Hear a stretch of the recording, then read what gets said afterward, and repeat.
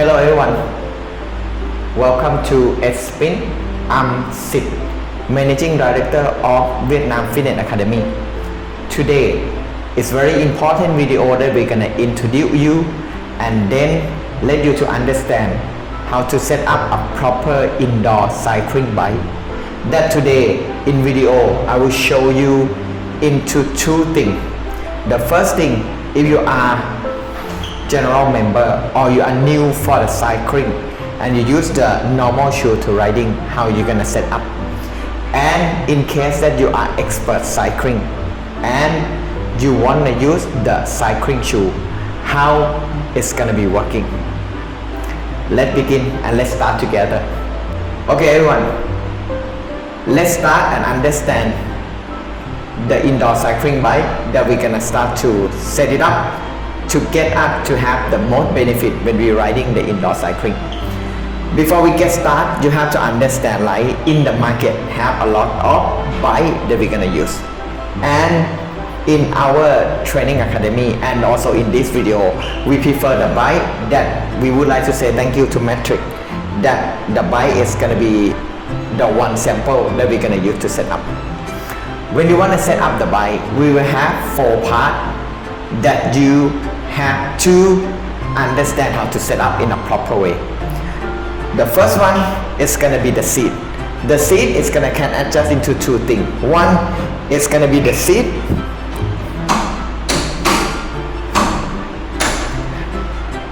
up and the seat down.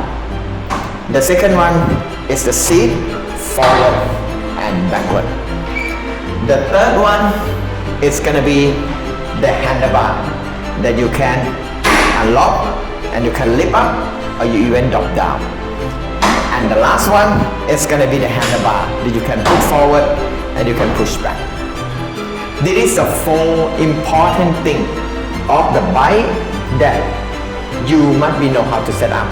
But in some bike, the handlebar forward and back is maybe not available because of this thing is not important one. If the most important that we have to set up in a proper way, it's gonna be the seat up and down. The seat height that you must be start by set up on the ground first. When you're gonna start to set up the seat height, you must be stand beside of the bike, not stand into the stand of the bike. You must be stand up on the floor. And the seat height must be into your hip bone. That is a proper or ultimate setup that before you jump up into the bike. When you set up the seat height, you have to check into the hip line, okay, into the hip bone. If you can find the adjust of the rank into the hip bone, you're gonna find the number that you're gonna set up. In terms of me, this is my hip height. When I stand on the side, the hip height is gonna be same with the height with the bike, and after that I lock. Once I lock already, the second thing that you must be set up before you jump up on the bike is gonna be the handlebar. The handlebar height is gonna be laid into 3 levels. One, if you are expert and you wanna riding the bike, similar like you are the racer or you are the road bike, the handlebar can be slightly lower than the seat. That is gonna get you rounded position, similar like the professional cyclist. But a lot of people will ask me like why we have to do that thing, because of when you ride the bike, we not recommend you to keep your spine in a natural position, because of those action is gonna get you injury into the hamstring. Because of when you keep your spine to the natural position, when you're riding the bike, the hamstring is already pulling the glute and then the lower back because of the kinetic chain of the posterior muscle chain. That's why like when you're riding the bike, we recommend you slightly rounded the back to get your muscle more relaxed. That's why like the rounded position on the bike is gonna be different than other kind of exercise in the gym. Right? That's why like you can go lower, or if you have a bit problem on the lower back, you can pull the handlebar height into the same height. Or if you have like very weak on the lower back, you can slightly higher a bit, but it's not too high until you be like riding the motorbike that the handlebar is very high. Okay, that's why like you should. In terms of me, I recommend, and I usually like use the handlebar is maybe slightly lower than the seat. The third thing that you must be understand, a lot of people gonna misunderstand by use your elbow touching with the handlebar and find the range of the seat forward and back, but I not recommend you to do that. Normally when we want to set up the seat forward and back, we must be put our feet into the paddle and into the bracket of the paddle first, then you use the normal shoe. After that, once you get that thing already, you're gonna start to adjust, not care about handlebar. You're gonna start to adjust the seat forward and back by your sit comfortably and firmly, and then you stop the paddle into parallel like 3 o'clock and 9 o'clock with the watch that you're gonna see on the side. That is very important that you must be checked into the front leg. You must be draw the straight line from the knee into the step or into the middle of the foot. After that, you lock the seat forward and back. That is a proper way when you're gonna riding the bike and you're gonna set up the seat forward and back.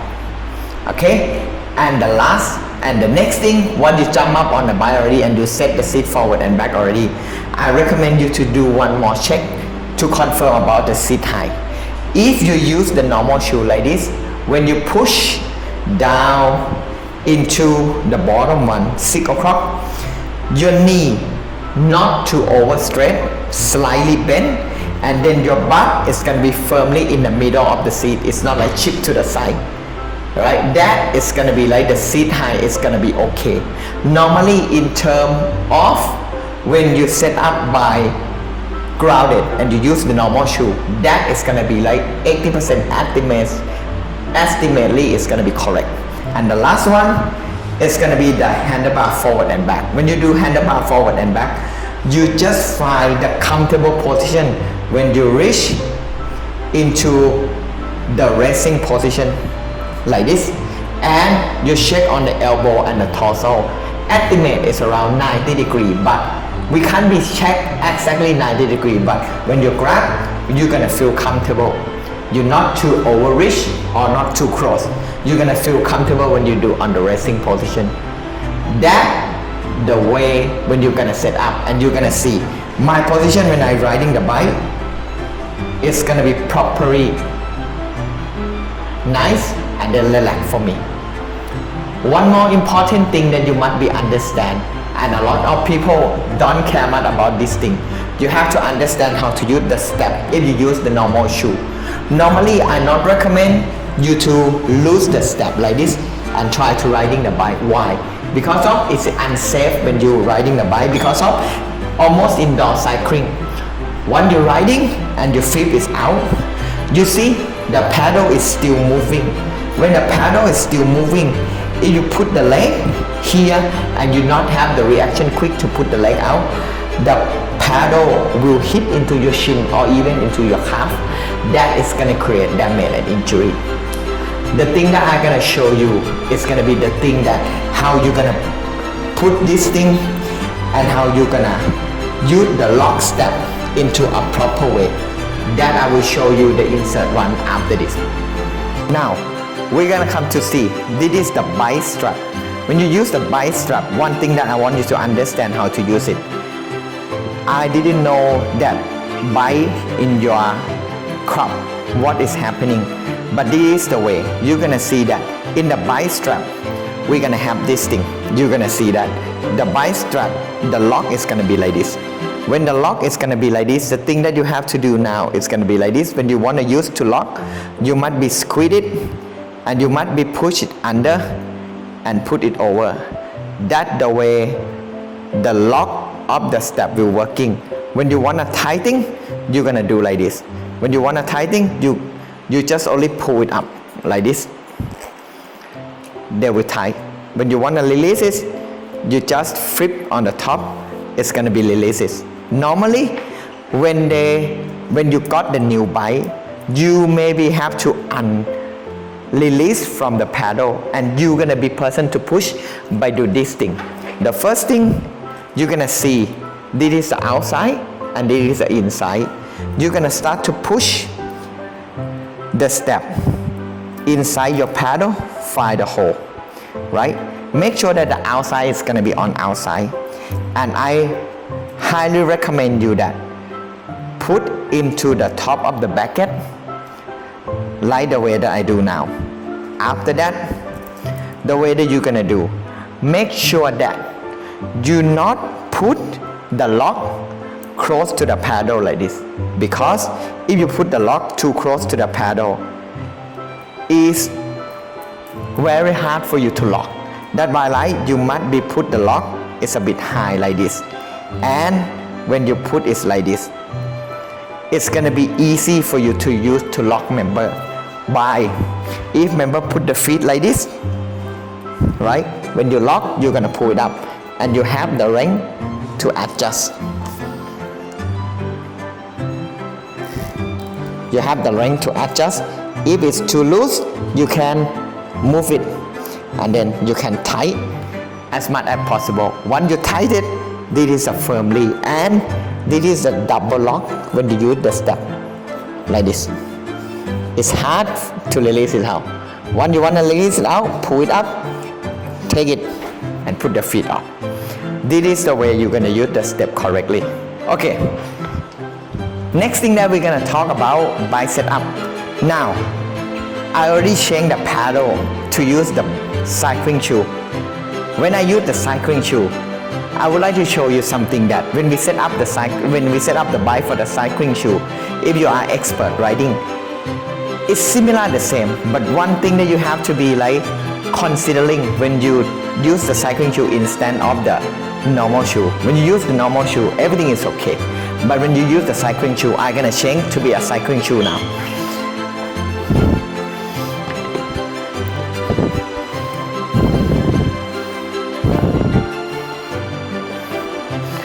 When I use the cycling shoe, you have to understand like what is different of the cycling shoe and the normal shoe. The cycling shoe, they can have the gripping that the design to lock with the pedal. You can have the SPD grip that is used for the mountain shoe. That normally like if I use the mountain shoe, I don't need to change the pedal, but this is another special one that we call the racing grip. When I use the racing grip, I have to change on the pedal. You see, when I start to jump in on the bike and I lock it, when I sit and use the cycling shoe, normally the setup that I'm doing is gonna be correct when I use the normal shoe. But when I change the cycling shoe on, the setup is gonna start to be differently. What is different? Different is gonna be seat high because of when I set up on the cycling shoe already. When I put the pedal down into the bottom, my knee, if I compare with the normal shoe, my knee is more slightly bent. That's why like if I use the cycling shoe during the time that I riding the bike, the setup that you go down on the bike and use the hip high is not exactly accurate. Normally, when I use the cycling shoe, I have to pull it up and I have to lift it up one more step. That is gonna be the correct setup. That one small thing that you need to understand when you use the cycling shoe compared with the normal shoe. Thank you for your watching. Hope you get the knowledge, understand how to set up the bike properly, and get the benefit of the indoor cycling. Bye bye. See you next episode.